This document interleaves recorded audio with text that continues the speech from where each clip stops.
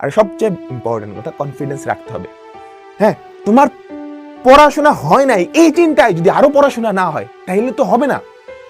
যাই হয়েছে যা হয়েছে, নেক্সট 20 দিন আমাকে টার্গেট রাখতে হবে, আমি নিজের 100%টা দিব, দরকার 120%।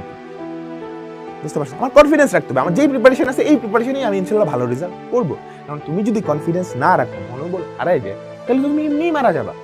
ধরো তুমি একটা যুদ্ধে গেছো, ঠিক আছে, এখন যুদ্ধে তুমি যদি তোমার চিন্তাই থাকে আরে আমি তো মরেই যাবো, এই চিন্তা করে তুমি ফাইটই করলা না, তাহলে তুমি মারাই যাবা, তাই না? এখন তোমার ধরো তোমার কোনো হাতিয়ার টাতিয়ার কিচ্ছু নাই, তুমি চিন্তা করলা না আমাকে বেঁচে থাকতে হবে, তুমি চিপা চুপা দিয়ে সামহাও কোনো কিছু ম্যানেজ করে এটা ওই যুদ্ধে কিন্তু বেঁচে থাকতে পারো।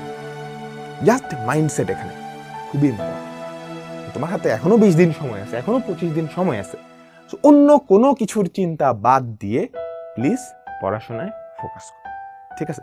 সোশ্যাল মিডিয়াগুলো ডিঅ্যাক্টিভেট করো। তুমি ইউটিউবে যদি পড়াশোনা করো, ইউটিউবটা থাকুক, বাট ফেসবুক, ইনস্টাগ্রাম এগুলা কিন্তু এখন কোনো দরকার নেই।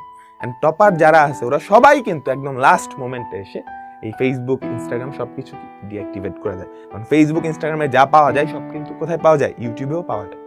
মেইন পড়াশোনা কিন্তু তোমাদের যত অনলাইনে ভাইয়াটাই আছে সবাই কিন্তু ইউটিউবেই মেইন ক্লাসগুলো দেয়, ঠিক আছে?